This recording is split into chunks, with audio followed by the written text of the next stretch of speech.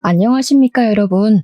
더위가 기승을 부릴 계절이 다가오는지 요즘은 길만 걸어도 등허리에 땀이 주룩 흐르는 듯한 기분이 드는 날씨가 쭉 이어지네요. 이런 계절이 돌아오면 저에게 일어났었던 지난 과거의 사건이 하나 떠오르는데 저에게 참 잊지 못할 사건이기도 하고 잊으면 안 되는 사건이기도 해서 아직 기억이 생생합니다. 제가 이 익명의 공간을 찾아와 사연을 쓰게 된 것도 모두 그때 있었던 사건을 여러분들께 이야기하고 싶은 마음에서 시작된 것이랍니다. 저는 지금 40대에 막 접어든 나이이고 지난 사건 모두 몇 년 전에 일어난 과거 사건이지만 이렇게 속 시원하게 털어놓기까지 꽤 오랜 시간이 흐르게 되었네요. 여자로서 이런 일이 치욕스럽게 느껴지기도 했고 제 자존심을 많이 깎아먹는 일이라 느껴지기도 했지만 세월이 흐르니 저도 성장을 했는지 의연해지게 되었습니다. 제가 어떤 일을 겪었는지 궁금하시죠? 대부분 이 사연을 들어주실 분들이 여성분들일 거라 생각을 하는데 제 이야기가 많이 공감되실 수도 있을 것 같네요. 제가 어떻게 이 험한 세상을 헤쳐나가게 되었는지 지금부터 제 이야기 한번 들어주시면 감사하겠습니다. 저는 대학 시절부터 8년이라는 시간을 함께한 남자친구가 있었습니다. 8년이라는 시간을 함께하다 보니 정말 누구보다 가족 같고 누구보다 더 빠르게 제 감정을 확인하고 살펴주는 사람이어서 제가 참 많이 의지를 했던 남자였습니다. 저희는 같은 대학을 나온 소위 말하는 캠퍼스 커플이었고 남들이 부러움을 살 정도로 알콩달콩하게 사랑을 속삭이는 커플이었습니다. 대학을 졸업한 이후에 저희 둘 다 평범한 회사원이 되었고 사회생활을 하면서 겪은 부당한 기억, 달콤한 기억을 모두 공유하며 오랜 시간을 만나왔습니다. 그렇게 오랜 세월을 함께했으니 당연한 수순으로 저희는 29살이 되던 해에 결혼을 약속하게 되었고 아직도 프로포즈를 받았던 그날이 생생하게 기억이 나기도 합니다. 저희 둘 다 같은 대학 같은 과를 나왔고 무려 8년이나 연애를 했던 장수 커플이었기 때문에 동기들 사이에서도 당연히 결혼을 할 줄 알았다며 주위의 축가를 한껏 받기도 했습니다. 저희가 청첩장을 돌리던 날 동기들을 전부 불러 모아서 파티를 열었는데 저와 같은 동기였던 여자친구 민지가 저를 정말 진심으로 부러워해 주었어요. 본인은 남자를 만나도 오래 사귀지를 못하고 일찌감치 헤어지곤 하는데 어떻게 8년이나 연애를 할 수 있냐며 비법을 전수해달라고 하기도 했습니다. 저는 민지와 친하게 지내던 사이는 아니었지만 제 남편처럼 자상하고 배려해줄 수 있는 사람을 만나면 가능한 일이라고 슬쩍 자랑을 섞어서 이야기를 했습니다. 민지에게 너도 너의 짝을 만나기만 하면 8년 연애는 물론이고 평생을 함께해도 괜찮을 거라는 생각이 들 거라고 용기를 주었습니다. 양가에서도 당연히 저희가 오래 연애를 했다는 사실을 알고 있었기 때문에 사실 결혼식을 올리겠다고 했을 때 반대를 할 곳도 전혀 없었습니다. 당연히 너희가 결혼을 할 줄 알고 있었다면서 시큰둥하게 언제 할 건데? 하는 식의 반응밖에 없었죠. 뭐 조금 허무하긴 했지만 사실 그만큼 함께한 시간이 있으니 반대를 하는 것도 이상하죠. 거기다가 둘 다 안정적인 직장 생활을 하고 있었기 때문에 양가에서는 둘이 알아서 잘 살았으면 좋겠다고 말씀을 하신 이후에 일절 상관을 하지 않으셨습니다. 식장을 정하는 것부터 드레스를 고르고 웨딩 사진을 찍는 것까지 준비하는 내내 딴지 한번 걸지 않으셨고 저희를 믿고 맡겨주셨습니다. 하지만 신혼집을 구할 때만큼은 저희 부부도 스트레스를 받게 되었는데 대출 문제로 걱정이 많이 되었기 때문이었습니다. 물론 직장이 있으니 직장인 대출을 받으면 되긴 했지만 이자라는 게 만만치 않게 나가더라고요. 둘이 벌어서 빚 갚는 데에만 돈을 다 쓰게 생겼더라고요. 그때 저희 아버지께서 고민을 조금 하시더니 노후자금 목적으로 구매를 해두신 아파트에서 들어가 살아보라고 양해를 해주셨습니다. 사실 그 집을 선뜻 내어주실 거란 생각은 못했던 터라 마치 로또를 맞은 것 같은 기분이 들었죠. 일단 저와 남편의 신혼집도 해결이 되었으니 행복한 일만 남았구나 생각했습니다. 시작부터 아무 걱정 없이 술술 잘 풀리는 느낌이라 행복했는데 이 행복은 뭐 역시 아주 잠깐이었습니다. 모두의 축복 속에서 결혼식을 올렸고 누구보다 행복하게 살겠다고 다짐을 한 것도 잠시. 1년이라는 시간이 흘렀을 때 저희 부부를 뒤흔드는 사건이 일어났습니다. 그것은 바로 남편이 다니던 회사가 크게 부도가 나게 되면서 남편 회사 직원들이 대거 실직자가 되어버린 사건이 일어났기 때문이었습니다. 회사 내부 사정으로 인해서 다른 외국계 계열로 인수합병이 되었는데 그 과정에서 직원의 80%가 실직 통보를 받게 되었고 제 남편 또한 예외는 아니었습니다. 남편은 저에게 미안해했지만 저는 남편이 금방 취직을 할 수 있을 것이라고 생각을 했기에 제 외벌이로도 한동안은 버틸만 하다고 생각을 했습니다. 저는 남편에게 잔소리를 하고 싶지는 않았지만 젊었을 때 돈을 많이 벌어놔야 하지 않겠냐고 취업 준비를 소홀하게 하지 말라고 몇 번이고 부탁을 했습니다. 남편도 처음에는 빨리 취업을 할 것이라고 걱정하지 말라고 저를 안심시키며 큰 소리를 떵떵 쳤습니다. 하지만 이제 저희도 나이가 있고 경력직을 뽑는 자리에는 더 쟁쟁한 사람들이 몰려들고 하니까 남편의 취업이 생각만큼 잘 되지 않았습니다. 거기다가 요즘 시대가 엄청난 취업난에 시달리는 시대라고 하지 않겠습니까? 진짜 사람을 뽑는 곳도 없었습니다. 남편의 백수 생활은 한 달, 두 달 길어지기만 했고 그러다 보니 자연스럽게 남편도 집에서 노는 생활에 적응을 하기 시작했습니다. 원래 사람의 패턴이 무너지는 데는 하루도 채 걸리지 않는다고 하지 않겠습니까? 몇 개월을 집에서 놀다 보니 완벽한 백수가 되고 만 것입니다. 남편이 실직한 지 6개월이 지났을 때 저는 더 이상은 참아줄 수 없다고 생각을 해서 그때부터는 마음속에 있는 말들을 거침없이 내뱉으며 잔소리를 하기 시작했습니다. 남편에게 자격증이라도 따야 하는 거 아니냐? 언제까지 이렇게 집에서 놀고 먹으면서 계획도 없이 허송세월을 보낼 거냐고 했습니다.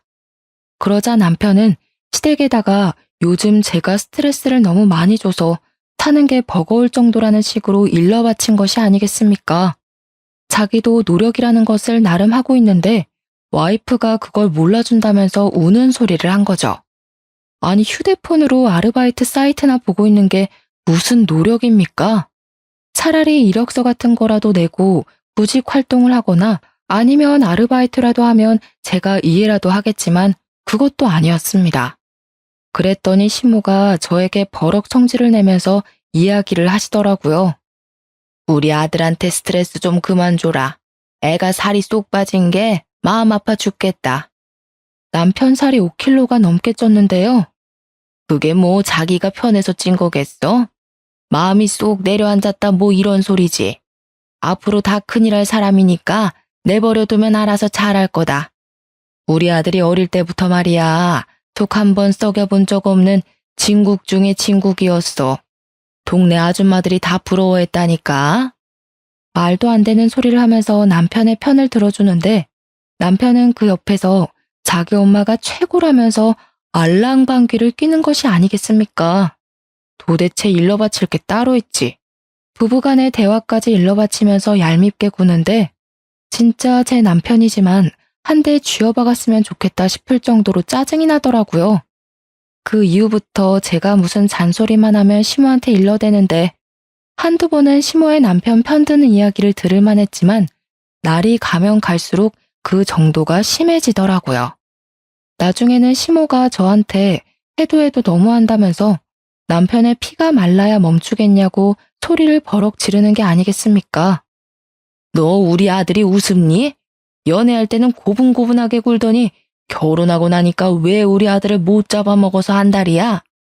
아니 어머님, 지금 결혼하고 1년 넘게 백수로 지내고 있는데 이건 말이 되나요? 예, 남자만 일하라는 법이 있니?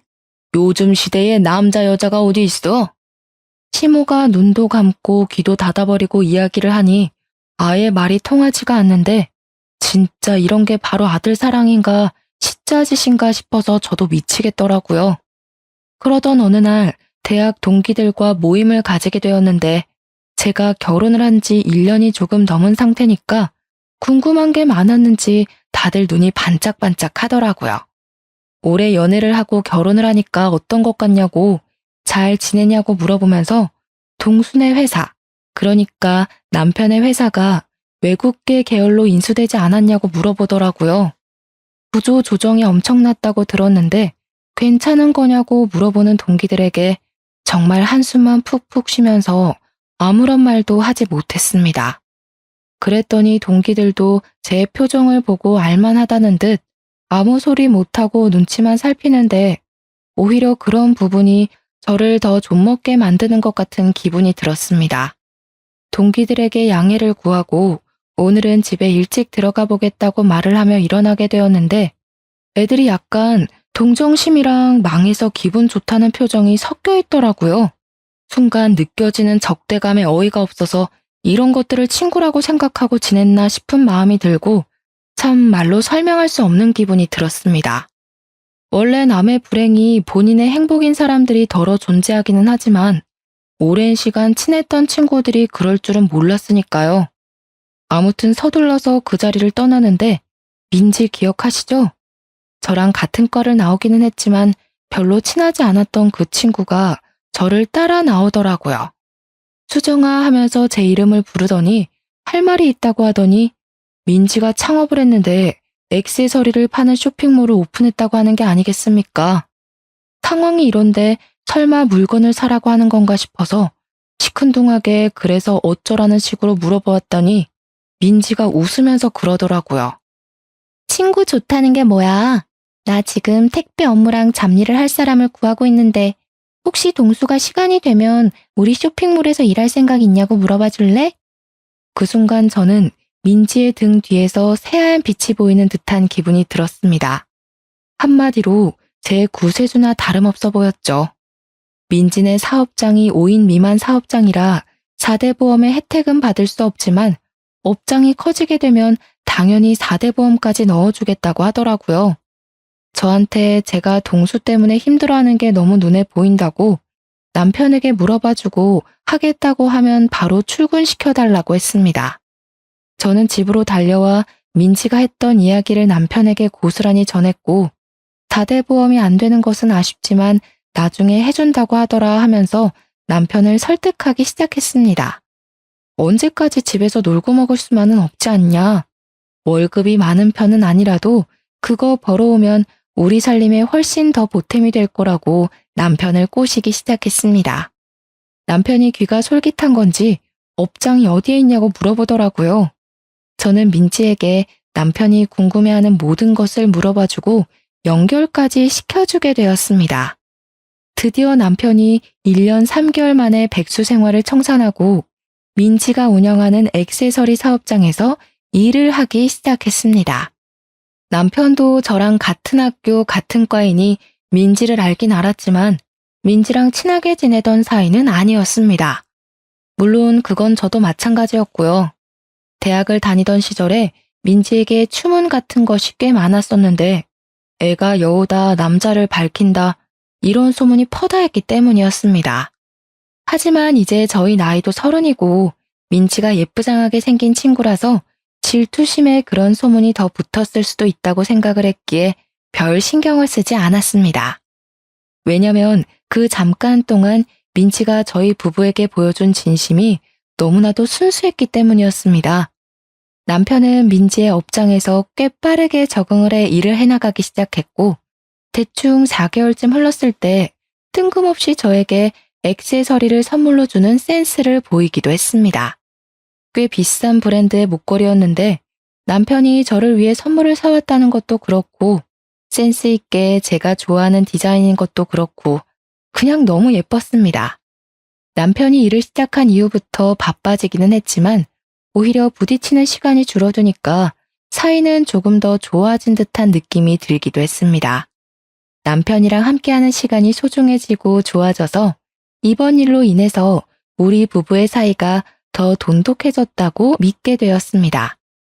몇 주 뒤에 여자 동기들이 밥이나 함께 하자며 저녁에 모이자고 해서 남편에게 민지도 이야기 전에 들었대? 하고 물어보니까 남편이 그러는 거예요. 민지가 친구들이랑 이상하게 잘 어울리지 못하는 것 같더라? 그 모임에 따로 초대받지 못했다고 하던데 그래? 그러면 내가 민지한테 연락해서 같이 가자고 해봐야겠다. 저는 민지에게 바로 연락을 했고 같이 저녁 모임에 가자고 하니 너무 좋아하더라고요. 이렇게 순수한 친구를 왜 챙기지 않는 건지 다른 동기들에게 의문이 들었습니다. 아무튼 민지까지 불러서 여자 동기들 모임에 나가게 되었는데 아무래도 동기들 인식에 민지는 추문이 많이 따라붙은 친구이다 보니까 다들 꺼려하는 게 느껴지더라고요. 제가 나서서 오해를 풀어줘야겠다 싶어서 일부러 더 민지를 챙기기도 했고 30이 넘긴 나이가 되었으니 이제 그런 뜬 소문은 잊어버리자고 했습니다. 민지랑 한참 이야기를 하고 있는데 민지가 덥다면서 셔츠 단추 하나를 풀더라고요. 근데 민지가 차고 온 목걸이 디자인이 너무나도 낯이 익은 겁니다. 남편이 저에게 선물을 해주었던 디자인과 똑같은 목걸이인 것이 아니겠습니까? 제가 빤히 쳐다보니까 그제야 제 목에 걸린 목걸이를 보더니 어색하게 웃으면서 같은 거네 하더라고요. 아, 나는 남편이 선물로 사줬어. 민지 네 덕분에 남편이 나한테 이런 선물도 다 한다. 아, 진짜? 나도 선물 받은 건데. 우연도 대박이다. 그날 분위기 좋게 잘 즐겼다고 생각하고 미련 없이 친구들과 인사를 하고 집으로 돌아오는데 동기 중에 한 명이 저에게 전화를 해서 받았습니다. 민지, 네가 데리고 나온 거라며? 우리 나이도 30인데 겉도는 동기들 하나하나 챙겨서 같이 놀면 좋지 뭐. 인맥이라는 게 어떻게 쓰이게 될지 모르잖아. 너 민지 소문은 알고 그러는 거야? 난 걔 좀 깨름칙해. 걔 대학 다닐 때도 말 많았잖아. 도대체 우리 나이가 몇 살인데 아직도 그런 걸 신경 쓰니? 수정이 네가 아무것도 모르네. 그거 뜬 소문 아니고 대학 다닐 때 캠퍼스 커플 브레이커로 엄청 유명했잖아. 나이 먹고서는 유부남이랑 불륜하다가 걸린 적도 있다던데. 정확한 사실인지는 알 수 없지만 그런 이야기를 듣고 나니 괜히 민지의 업장에 남편을 소개해 준 것인가 하는 생각이 들면서 찝찝한 마음이 들었습니다. 여자의 촉이라는 게 진짜 대단하지 않습니까? 어쩐지 찝찝한 마음이 든다고 했더니 사건이 여기서부터 제대로 터지기 시작했습니다. 남편이 어느 날부터 계속 얼굴에 어두운 그림자가 드리우는 것이 아니겠습니까? 제가 남편의 수상한 행동에 참지 못하고 무슨 일이냐고 물어보았습니다. 사실 내가 그동안 말을 하지 못한 게 있는데 내가 용돈을 받은 거 모아서 주식 투자를 했는데 그게 진짜 초대박이 난 거야. 그래서 신이 나서 조금씩 돈을 모아서 투자를 했는데 투자금의 몇 배 이상의 돈이 불어나기 시작하는 거지. 그래서 내가 너무 신이 나서 그래서 내가 대출을 받아가지고 크게 투자를 한 번 했는데 그 회사 주식이 갑자기 고꾸라지면서 원금을 다 잃은 것도 모자라 대출 빚을 지고 말았어. 저는 그 말에 너무나도 충격을 받아서 한동안 정신을 차리지 못하고 멍한 상태로 남편의 얼굴을 바라보기만 했습니다. 저는 도저히 혼자 감당해낼 수 있는 수준이 아니라고 생각이 들어서 시댁에 이 이야기를 했는데 정말 시댁에서는 뻔뻔하게 나오는 게 아니겠습니까? 남자가 살면서 그런 실수도 한 번쯤은 할 수 있지. 너도 돈 벌고 있지 않니? 같이 벌어서 갚아 나가면 얼마 안 걸릴 거다. 저희가 부모님의 노후자금이나 다름없는 아파트에 들어와 대출 없이 살기 시작한 이유가 돈을 모으기 위해서였는데 갑자기 여기서 예상치 못한 구멍이 뚫린 거죠. 저는 고민에 쌓여 결국에는 이자를 지불하는 게 더 손해라는 생각에 붓고 있는 적금을 깨겠다고 했더니 남편이 저에게 기가 막힌 묘수가 있다는 게 아니겠습니까? 저는 지푸라기라도 잡아야 한다는 심정으로 남편에게 묘수가 무엇이냐고 물어보았고 남편은 우리가 위장 이혼을 하면 된다고 말을 하더라고요. 저는 순간 제가 무슨 소리를 들은 건가 싶어서 뭘 하자고 하는 거냐고 다시 한번 되물어봤는데 남편이 위장 이혼이라고 대답을 하더라고요. 내가 주식 투자를 한 사람들끼리 모여있는 톡방에 들어가 있는데 거기서 지금 다들 위장 이혼을 한다고 난리래. 투자 손실 난 것만큼 어쨌든 갚아야 하는데 내 명의로 된 재산이라도 지켜야 하지 않겠나 뭐 이런 의미로 한다더라고. 남편의 말에도 일리가 있다는 생각이 들었습니다. 모든 재산을 제 명의로 돌려놓고 위장 이혼을 하면 남편이 파산 신청을 해도 안전하니까요. 물론 이런 일이 불법이라는 것을 알고는 있지만 정작 제 코가 석자인 마당에 물불 가릴 때가 아니지 않겠습니까? 거기다가 남편이 계속해서 저를 설득해오니 저도 혹하더라고요. 어차피 주소만 시댁으로 바꾸는 거고 같이 사는 거야 문제가 없다고 서류상으로만 이혼을 하자고 하더라고요. 저는 한 달 동안 고민을 하고 남편의 꾸준한 설득 끝에 결국 위장 이혼이란 것을 하게 되었습니다. 저희 부부는 서류상으로 협의 이혼을 진행했고 아이가 없었기 때문에 한 달 만에 이혼이 성립되었습니다. 그런데 이혼을 마무리 지은 그날부터 남편이 정말 제 눈에도 보일 정도로 변하기 시작했습니다. 저는 급작스러운 변화에 상황 파악이 잘 되지 않을 정도였습니다. 분명 우리는 서류상으로만 이혼을 했음에도 불구하고 남편은 정말 저와 이혼을 한 사람처럼 굴기 시작한 것입니다. 시댁에서 잠을 자고 오겠다고 언제 빚쟁이가 찾아올지 모르니 시댁에 붙어있는 게 좋겠다는 변명을 일삼았습니다. 시댁에서는 저희의 위장 이혼을 몰랐거든요. 남편이 굳이 위장 이혼을 하는 마당에 양가에 알릴 필요가 있겠냐고 했던 터라 말을 하지 않았던 것이었습니다. 남편은 그 이후에도 이 핑계 저 핑계 댈 수 있는 모든 핑계는 다 대면서 집에도 안 들어오기 시작했습니다. 맨날 무슨 돈이 있어서 그렇게 술을 마시러 다니는 건지 전화를 해도 안 받기 일쑤였고 문자를 보내봐도 다음 날이나 되어서야 겨우겨우 연락이 도착했습니다. 남편이 허튼 짓을 하고 다닐 사람이 아니라는 걸 그간 만났던 세월로 잘 알고 있지만 연락이 잘 되지 않으니 너무나도 답답했습니다. 혹시 빚쟁이들에게 해코지를 당하고 있는 건 아닌지 저는 매일매일 불안한 생활을 하게 되었습니다. 하도 걱정이 되니까 민지에게 가끔 남편이 일을 잘하고 있는지에 대해 물어보았고 민지는 저에게 출근도 잘하고 있고 일도 잘하고 있다는 상투적인 답장을 보내주었습니다. 그런데 자꾸 제 머릿속에 이러면 안 되지만 동기 친구들의 말이 문득문득 떠오르는 겁니다. 민지가 유부남이랑 불륜을 저지른 적도 있다던 그 말이요. 저는 애써 무시를 하려고 애를 썼지만 그러면 그럴수록 집에 오지 않는 남편에 대한 불신과 의심만 커져갔습니다. 그러다가 판도라의 상자를 제대로 열어버리고 말았습니다. 하루는 동기가 저에게 조심스럽게 당장 만날 수 있냐고 시간 되면 잠깐 보자고 연락이 왔더라고요. 시간이 된다고 만나자고 하고 제 답답한 속을 털어놓을 겸 만났는데 그 동기가 계속해서 제 눈치를 살피는 게 아니겠습니까? 뭔가 하고 싶은 말이 있어 보였습니다. 무슨 일이냐고 물어보니 저에게 고민 끝에 사진을 하나 보여주는데 백화점 액세서리 매장에서 제 남편이랑 민지가 팔짱을 끼고 쇼핑을 하고 있는 사진이었습니다. 제가 놀라서 동기를 바라보니까 동기가 저에게 드디어 하고 싶은 말을 하더라고요. 이거 봐, 이 둘이 바람난 거 아니야? 행동이 너무 자연스러워서 나도 모르게 사진을 찍었다니까. 지난주 이후에 선물 받은 거 없어? 요즘 대출 문제 때문에 남편이랑 연락도 잘 안 되고 집에도 아예 안 들어와. 이 정신 나간 년놈들이 바람났네. 내가 민지 조심하라고 몇 번을 말했어? 걔 이런 적이 한두 번이 아니라니까. 내가 수정이 네가 민지 챙길 때 정신 나갔냐고 물어봤던 거 기억하지? 동기는 저에게 열불을 쏟아내며 말을 했지만 저는 그 사진에서 눈을 떼지 못하며 아무 소리도 듣지 못하는 사람처럼 한참을 멍하니 있어야만 했습니다.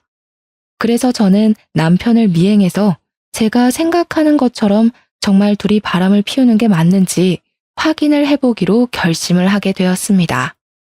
드라마에서 보면 다들 잘만 흔적을 찾아내고 현장을 잡아내던데 현실과 드라마는 엄청난 차이가 있더라고요. 들키지 않으려고 애를 쓰다 보니까 남편을 놓치게 되는 일이 다반사였고 뭐 하나 제대로 된 정보를 캘 수가 없어서 저는 큰 마음을 먹고 개인 흥신소를 이용하기로 했습니다. 이 사람들은 전문가라는 확신이 있다 보니까 적어도 제가 찾아내는 것보다는 낫겠다 싶어서 거금을 주고 그 사람들에게 미행을 부탁했습니다. 역시 돈이 좋긴 좋은 건지 미행을 시작한 지 3주 만에 건수를 제대로 잡았다면서 연락이 왔더라고요.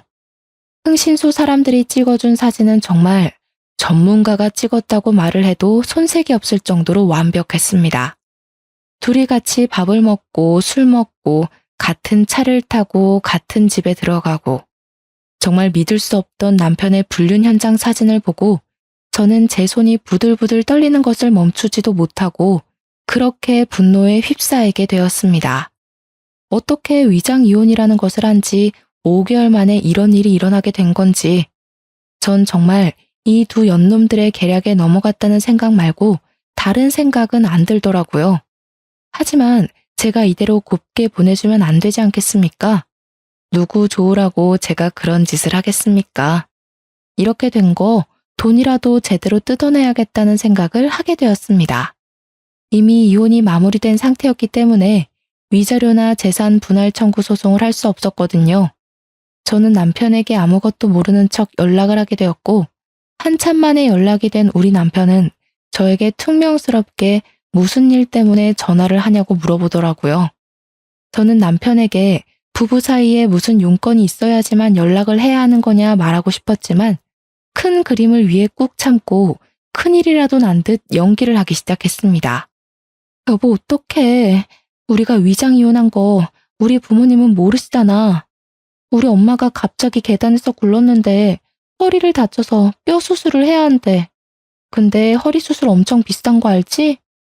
혹시 내가 급하게 쓸 돈 없어서 그런데 당신이 좀 보내줄 수 있어? 내가 돈이 어디 있어. 우리가 빚 때문에 위장 이혼한 거 까먹은 거야? 그러면 시댁이라도 말을 해서 빌려오면 안 돼?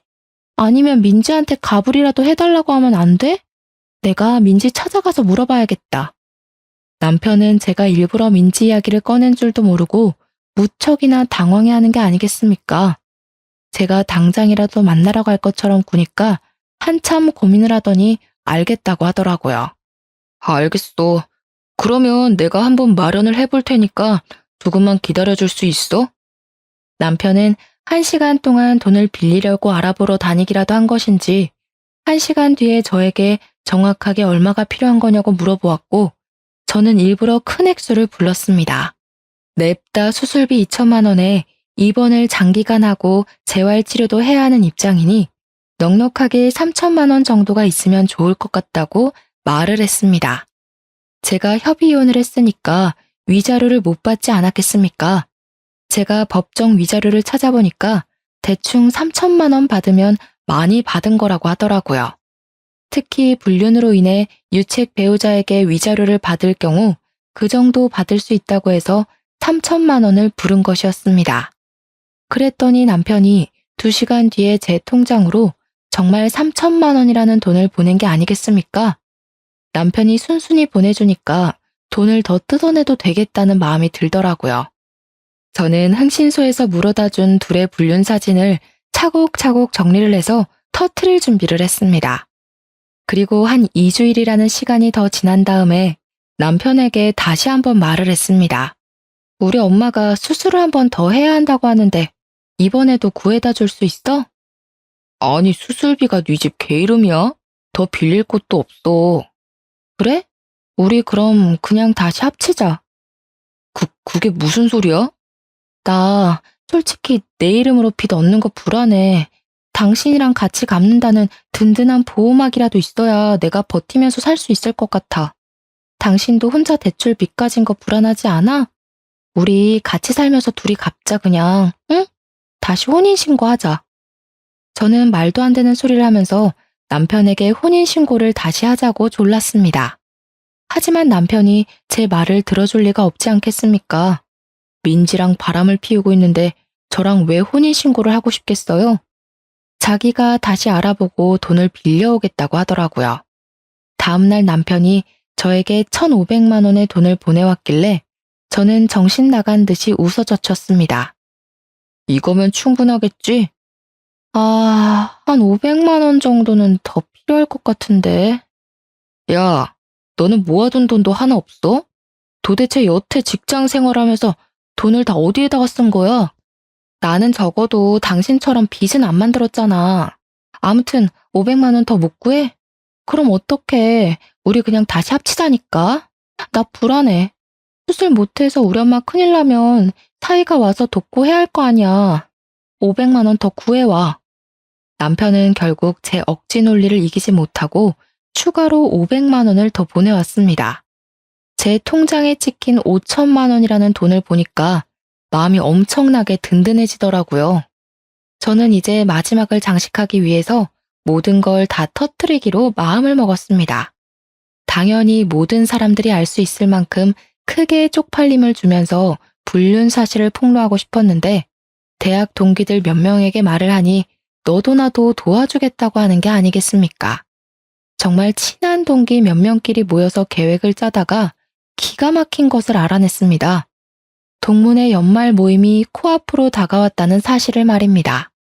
민지가 운영하는 액세서리 업장이 잘 되고 있는 상태였고 인터넷에 후기도 꽤 많이 올라오고 있는 중이었는데 이참에 이 사업장도 쫄딱 망하게 하고 싶었습니다. 저희들은 연말 모임에서 찌라시처럼 뿌릴 둘의 불륜 사진이랑 그동안 있었던 모든 일들을 정리해서 프린트물을 만들었고 만발의 준비를 해서 동문회 연말 모임에 참석했습니다. 그날 민지는 자랑스러운 동기상을 받기로 되어 있었는데 이게 사업이 잘 된 사람들이 허세를 떨듯 동문회에 기부를 하면 주는 상이거든요. 한마디로 나 돈 잘 번다 하고 자랑하면서 받는 상인데 저희는 민지가 상을 받으러 올라가는 타이밍을 노리기로 했습니다. 동문회 모임에서 따로 떨어져 앉아있긴 했지만 연신 눈빛을 주고받는 남편과 민지를 보면서 저는 피해 복수를 결심했습니다.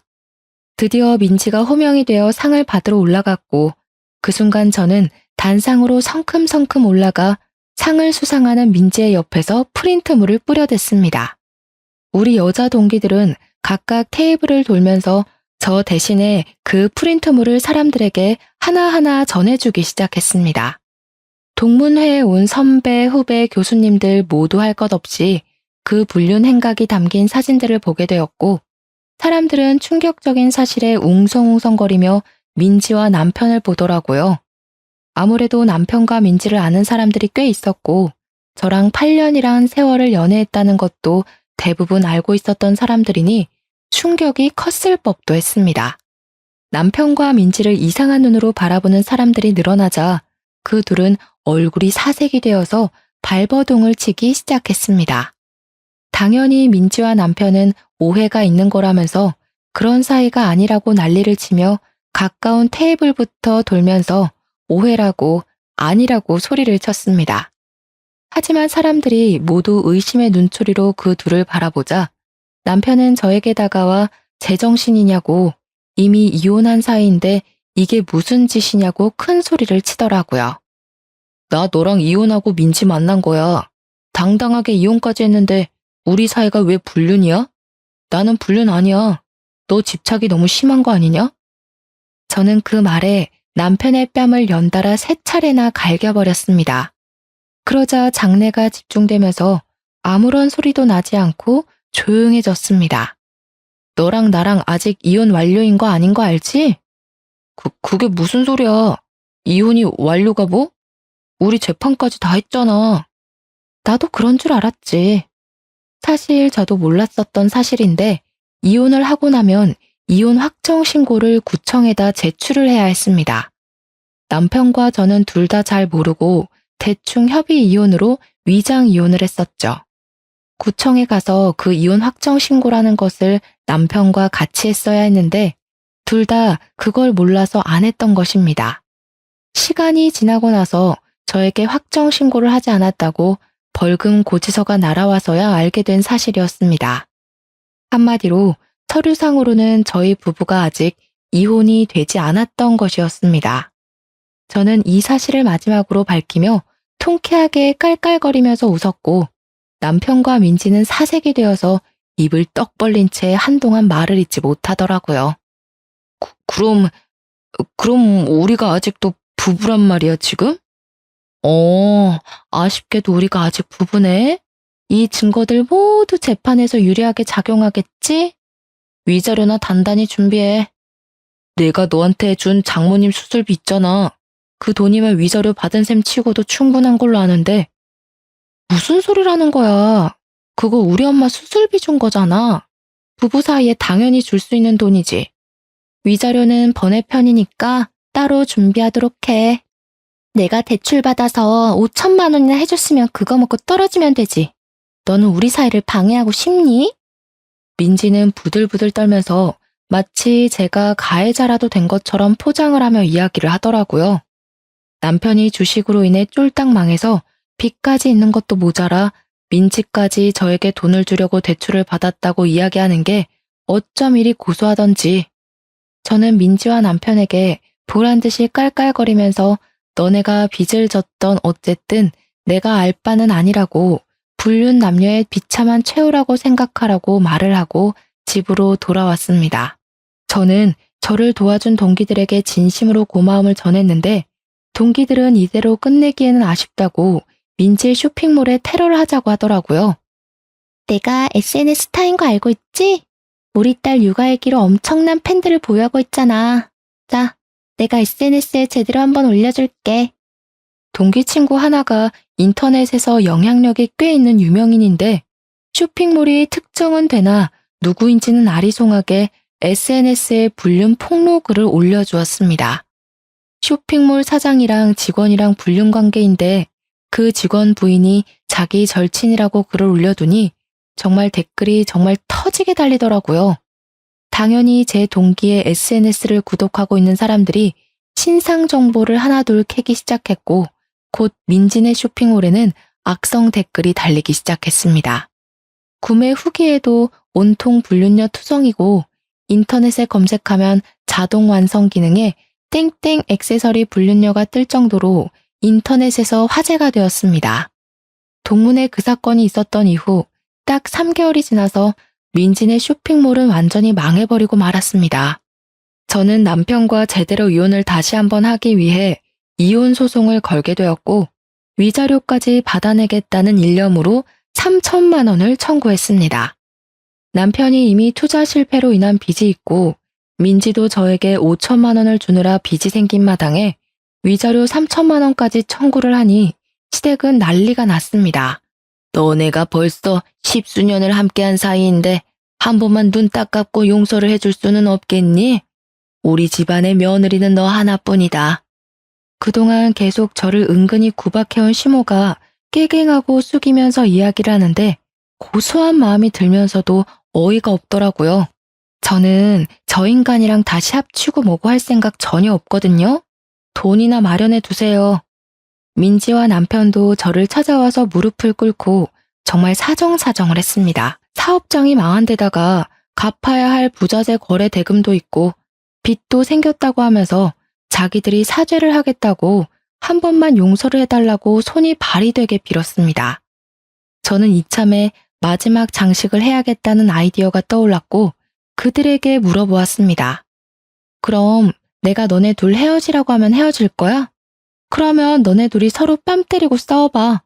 그거 보고 내가 속이 풀리면 위자료 청구는 취소할게. 민지는 누나를 굴리면서 제 눈치를 보는데 그 말이 끝나기 무섭게 남편이 민지의 뺨을 확 치는 것이 아니겠습니까? 민지는 뺨을 얻어맞고는 지금 자기를 때린 거냐면서 남편의 머리채를 잡고 쥐어 흔들기 시작했습니다. 갑자기 둘이 치고받고 싸우면서 물어뜯는데 그걸 보고도 저는 별 감흥이 생기지 않더라고요. 통쾌하기는 했지만요. 도대체 얼마나 세기말 사랑인가 궁금했는데 고작 그런 걸로 서로 뺨 때리고 머리 쥐어뜯고 싸우는 꼴이 우습기만 했습니다. 제가 그 자리를 박차고 일어나 나오는데 갑자기 둘 다 거짓골을 하고 따라와서는 자기들이 이렇게까지 했으니 3천만 원 청구한 거는 물러주냐고 하더라고요. 내가 왜 그래야 하는데? 너네 둘이 싸우든 말든 헤어지든 말든 지지고 볶던 관심 없어. 나는 그냥 내가 받아야 할 돈 받는 거야. 너한테는 혼인 파탄 책임 위자료, 너한테는 상간녀 위자료. 그러고는 침 한 번 시원하게 그들의 발 앞에 뱉어주고 당당하게 뒤돌아 나왔습니다. 그 이후요? 당연히 제가 이혼 소송에서 승소를 했고요. 위자료 또한 1천만 원을 받게 되었습니다. 조금 아쉽긴 하지만 법원이 호락호락하진 않더라고요. 그래도 1천만 원이라는 위자료를 각각에게서 챙기게 되었으니 총 7천만 원이라는 돈을 그 둘에게서 뽑아낸 격이었습니다. 신혼집은 부모님 명의였기에 남편의 짐은 다시 댁으로 보내버렸고 저는 다시 친정으로 돌아와 직장 생활 열심히 하고 있는 중입니다. 남편과 민지는 둘이 서로 뺨 때리고 싸운 이후에 감정의 골이 깊어진 건지 뭔지 헤어졌다는 소문이 귀에 들려오더라고요. 남편은 폐인이 다 되어서는 저에게 울면서 한두 번 전화가 오긴 했었는데 제가 미쳤다고 그런 전화를 받아주겠습니까? 차단했습니다. 저는 솔직히 속도 많이 상하기도 했고 우울함이 찾아오기도 했었습니다. 그런 찌질이를 10년이 넘는 시간 동안 내 사람이다 하고 지낸 게 억울해서요.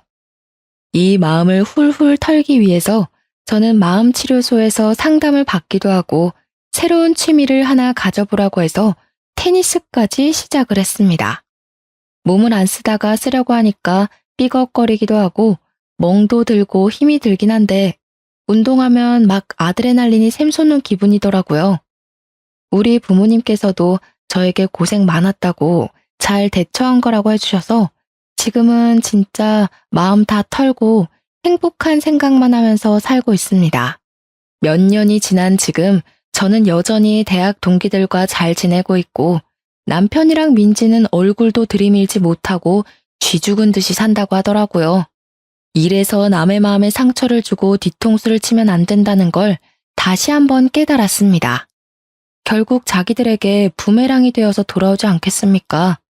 앞으로는 다들 저처럼 당하지 마시고 부디 정신 똑바로 차리고 세상을 살아가셨으면 좋겠습니다. 그리고 만약 이런 뒤통수를 맞았더라도 꼭 의연하게 대처하시길 바라면서 저의 글은 여기서 줄이도록 하겠습니다. 감사합니다.